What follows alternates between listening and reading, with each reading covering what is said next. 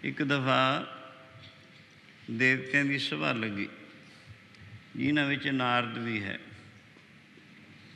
जदों सभा लग के बर्खास्त हो गई, दूसरा दिन है, जिथे सभा लगी सी उत्थे मजदूर काम कर रहे हैं। एक थां तो मिट्टी पट के सवा गज डूंगी नवी मिट्टी भर रहे हैं। नारद फिरदा फिरदा कुदरती उत्थे आ गया, पुछण लगा, कल तो इत्थे देवतियां की सभा लगी सी, ये तुसीं की कुछ कर रहे हो? मजदूर कहंदे, जी हाँ सभा लगी सी कल। ये तुसीं की करदे हो? कहंदे एक कोई नारद है, कोई उन्हें नहीं सी पता भी नारद है। कहंदे नारद है एक ब्रह्मा का पुत्र, पर है नगुरा अजे। जिथे नगुरा पुरुष बैठा हुंदा है उत्थे सभा च धरती अशुद्ध हो जाती है। जिथे सभा लगती है असीं उत्थों सवा गज मिट्टी पट के बाहर सुट्टदे हैं, नवीं मिट्टी उत्थे भरदे हैं।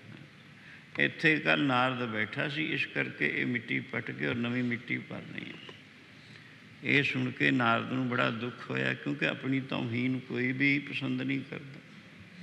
दौड़िया दौड़िया अपने पिता ब्रह्मा पास पहुँचिया, आके कहण लगा, महाराज सभा दे विच मेरी यही जी नरादरी क्यों? ब्रह्मा जी कहने की हो गया? कहणगे जिथे मैं बैठा सी कहंदे ये नगुरा है, सवा गज मिट्टी नूं अशुद्ध कर दिंदा, इत्थों पट के नवीं मिट्टी भरदे हाँ, जिथे सभा लगदी उत्थे असीं एवें करदे हाँ। ये सुन के ब्रह्मा जी कहणगे भी ठीक गल है, जो कुछ उन्होंने कहा दुरुस्त कहा।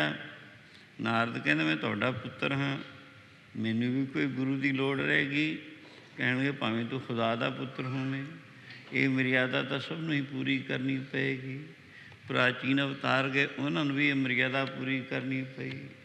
नगुरे का तो ना ही है जाए, नगुरा सवा गज धरती में अशुद्ध करता जिथे बहता है। इस करके गुरु तो बिना तो किसी की भी गत नहीं है। अगर इस दूषण तो डरदा है तो गुरमुख बन जा। सियों साध संगत नगुरे की गति इहो जी दसी है। अजे तक ये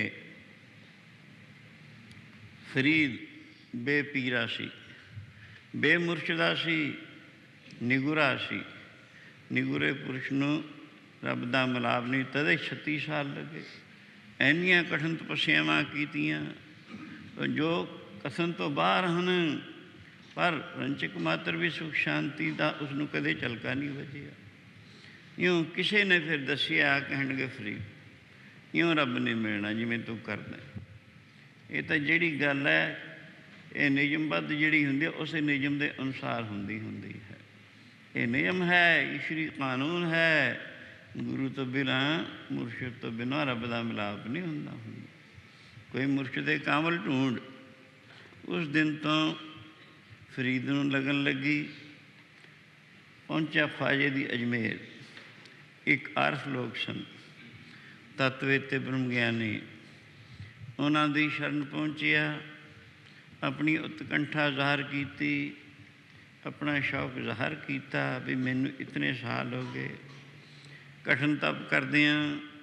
मेरी माता ने इस पासे लगा जरूर दिता, पर अजे तक मैनू मुर्शद कामल की प्राप्ति नहीं हुई है, जिस करके मैनू कुछ भी भगती का रस नहीं प्राप्त होया।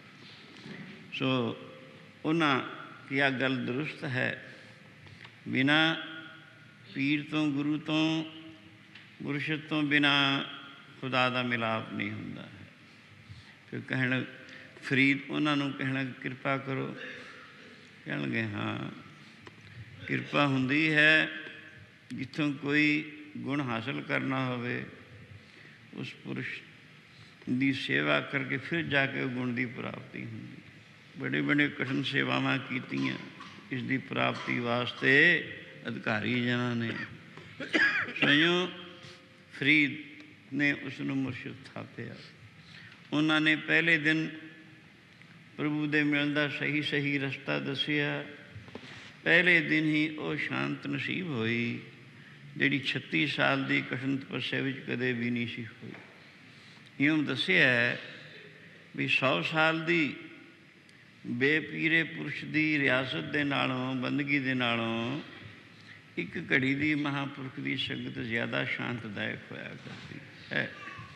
ਇਉਂ ਫਰੀਦ ਉਹਨਾਂ ਦੀ ਸੰਗਤ ਅਖਤਿਆਰ ਕਰਕੇ ਸੇਵਾ ਔਰ ਭਜਨ ਦੋ ਗੱਲਾਂ ਕਰਨ ਲੱਗ ਪਿਆ। ਸੇਵਾ ਉਹਦੇ ਸਰੀਰ ਦੀ ਸੀ ਜਿਹੜੀ ਜਿੰਨੀ ਵੀ ਸੀ, ਔਰ ਬਾਕੀ ਸਿਮਰਨ ਅਭਿਆਸ। ਤਪੱਸਿਆ ਤਾਂ ਪਹਿਲਾਂ ਕੀਤੀ ਹੀ ਸੀ, ਕਾਫੀ ਸ਼ੁੱਧ ਸੀ ਮਨ, ਲਗਨ ਵੀ ਸੀ, ਥੋੜ੍ਹੇ ਜਿਹੇ ਇਸ਼ਾਰੇ ਦੀ ਲੋੜ ਸੀ।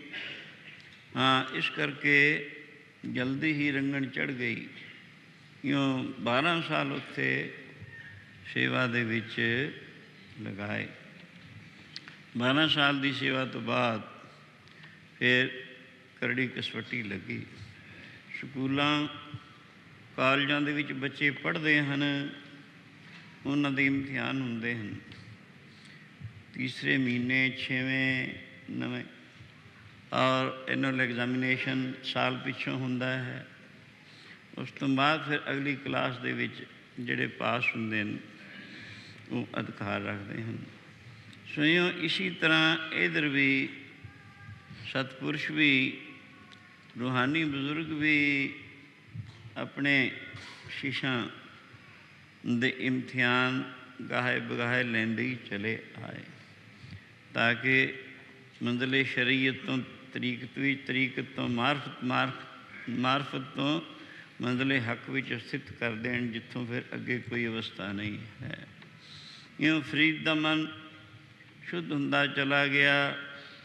ਸੇਵਾ ਮਨ ਨੂੰ ਸ਼ੁੱਧ ਕਰਦੀ ਹੈ ਔਰ ਭਜਨ ਮਨ ਨੂੰ ਇਕਾਗਰ ਕਰਦਾ ਹੈ। ਇਕਾਗਰ ਔਰ ਸ਼ੁੱਧ ਮਨ ਦੇ ਵਿੱਚ ਹੀ ਆਤਮ ਗਿਆਨ ਦੀ ਪ੍ਰਾਪਤੀ ਹੁੰਦੀ ਹੈ। ਜਿਵੇਂ ਸਿੱਧੇ ਸਾਫ਼ ਟਿਕੇ ਸ਼ੀਸ਼ੇ ਵਿੱਚ ਚਿਹਰਾ ਜਿਵੇਂ ਦਿਸ ਪੈਂਦਾ ਹੈ। ਚਿਹਰੇ ਵਿੱਚ ਫਰਕ ਨਹੀਂ, ਲੇਕਿਨ ਸ਼ੀਸ਼ੇ ਵਿੱਚ ਫਰਕ ਹੈ। ਕਿਸੇ ਪੁਰਸ਼ ਨੂੰ ਭਰਮ ਪੈ ਗਿਆ ਵੀ ਮੇਰਾ ਚਿਹਰਾ ਕਾਲਾ,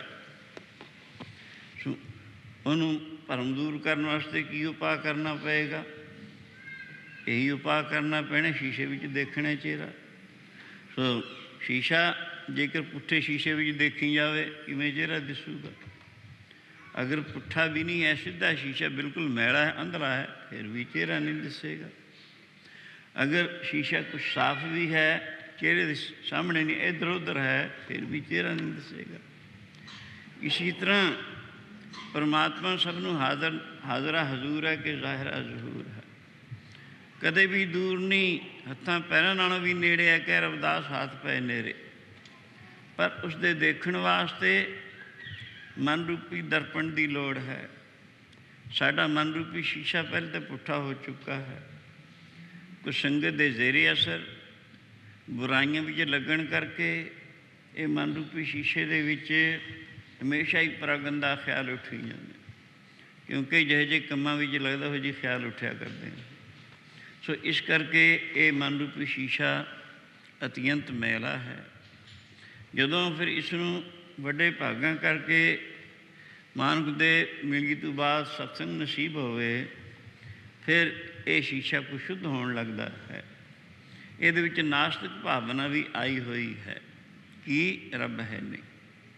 ਕਈਆਂ ਦਿਲਾਂ ਵਿੱਚ ਇਹ ਗੱਲ ਬੈਠੀ ਹੈ ਨਹੀਂ, ਉਹ ਐਂ ਦੇਖਣਾ ਚਾਹੁੰਦੇ ਜਿਵੇਂ ਆ ਮਾਈਕ੍ਰੋਫੋਨ ਪਏ ਨਹੀਂ। ਪਰਮਾਤਮਾ ਦੇ ਦੇਖਣ ਵਾਲੀ ਅੱਖ ਹੋਰ ਹੈ, ਜੋ ਹੌਲੀ ਹੌਲੀ ਭਜਨ ਕਰਕੇ ਤਿਆਰ ਹੁੰਦੀ ਹੈ। ਸੇ ਅੱਖੜੀਆਂ ਬਿਆਨ ਜਿਨ੍ਹਾਂ ਦੀ ਸੰਤੋਂ ਮਾਪਿਰੀ